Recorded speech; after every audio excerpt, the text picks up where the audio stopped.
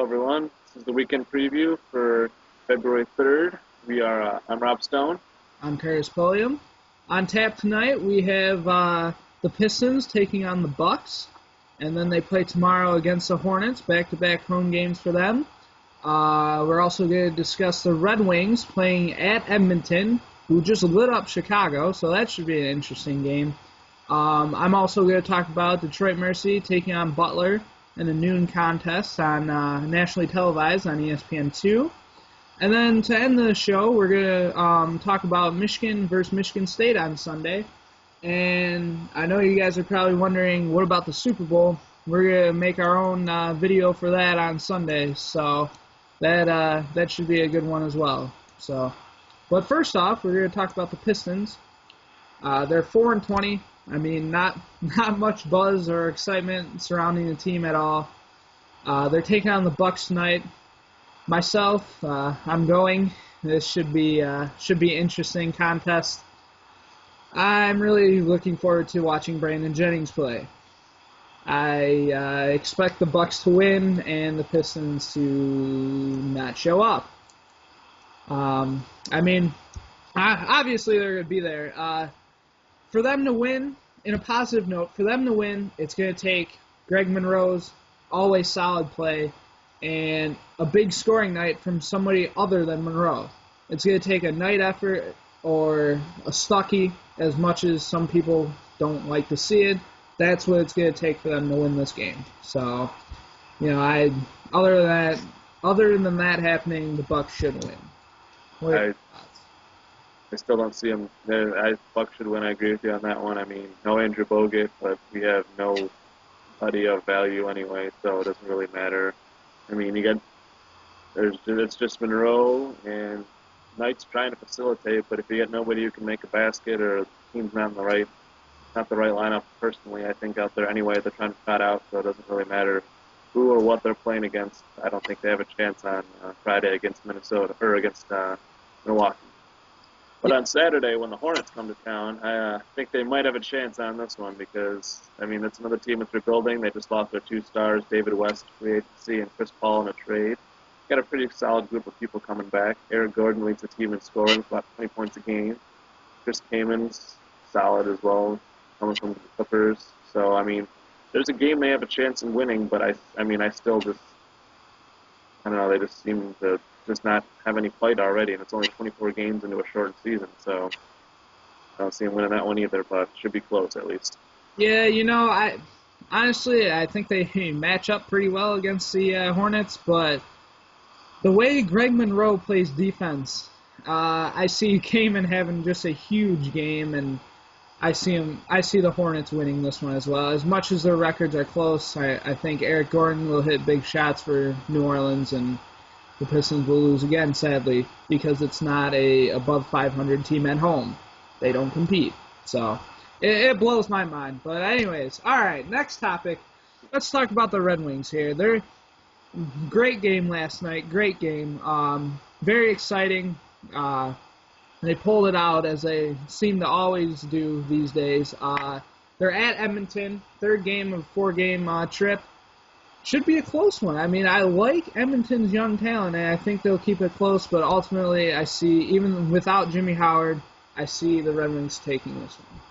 Yeah, I mean, it's Conklin's first chance to get some real playing time here in Detroit. I mean, he played pretty well in his spot starts. He played better years ago when he was actually getting closer to half of the starts a night, but we'll see what they have. I mean, Sam Gagner against Chicago put up 8 points, first time since the year I was born. An 8-point game. Then, the young line of Eberle, Hall, and Nugent Hopkins, I mean, that could be one of the best lines in hockey in the next 2 or 3 years. So it should be interesting. I see them winning too, but Edmonton's a good team. They're only getting better. So we'll see what they can do and see how Conklin plays without them. So. Right, yeah. They've already played Edmonton twice this year, beating them at the Joe 3-0. I mean, that game wasn't even close, but at Edmonton, they only won 3-2, and, I don't know, like I had mentioned before, I like their young talent, like you just mentioned. They've been beating up on Chicago, who's obviously a good team, and it just, I don't know, I think it'll be a close game. And then the game I'm worried about is Monday versus Phoenix. I think that could be a real trouble game for the Red Wings. Also on the hard court this weekend, Detroit Mercy travels to Butler. Curtis, this one's all you. What do you got? Yeah, it was a tough loss at Valpo for Detroit. It was a game they led at half, and then it was by 9, and then they had a 10-point lead at one point in the second half, lost by 5. Gotta give it to Valpo. They're second in the conference right now. They play tough. They're a hard-nosed team, but Detroit honestly should have won that game. But however, against Butler, they're looking for the season sweep. They outplayed them simply in Detroit, so it should be a pretty good game. Butler's obviously a different team at their home court, but just like most teams. However, Ray's averaging 15.5 per game. Chase Simons averaging 14. They're 5-2 in their last 7 games. They've been turning their season around. Hopefully, if they get this win, they can end up being tied for third in the conference. The conference is so tight right now. They can make a move, and they have the talent to do it. It's been a little frustrating as a student there and watching them, but I think they have the talent to do it, and I think most people would agree with that. And Ray's gonna have to lead the way. He's only a sophomore, but he has the ability to lead them to victory over Butler and move up to a third or possibly even second seed in the conference tournament, which would be great after starting off so slow. But now for the big game on Sunday at 1 o'clock in East Lansing, we got the classic Wolverine-Spartan matchup in basketball. Michigan's going for their 4th straight win over the Spartans. How do you feel about that, Rob? Oh, wish it was football, but we'll take what we can get right now. So, Hardaway Jr. is leading the team right now. Like I said numerous times, they're the young team. I think the biggest key of this game is the health of Draymond Green. He came up limp at the end of the Illinois game earlier this week. He says he's fine. He said it on Twitter. He said it all over the radio. Anybody who listens, he says he's fine.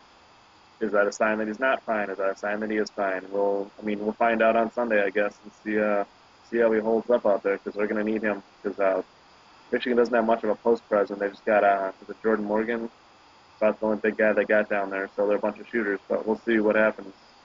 Yeah, as much as I want to pick Michigan, I got to go with State in this game. I feel like the Spartans, and this is what Ohio State, they took advantage of the Michigan only having Jordan Morgan. I think it's cost them a couple of wins this year.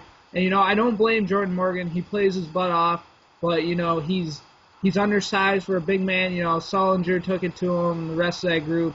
And I think Draymond Green, the boys from East Lansing, will do that as well. And I see kind of like an Ohio State game. They'll keep it close, but then State will pull away in the end just because they're in East Lansing and they have some redemption on their mind after losing so close in Ann Arbor.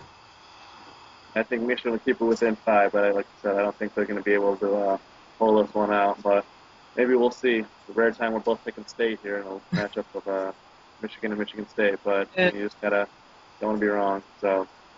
Right.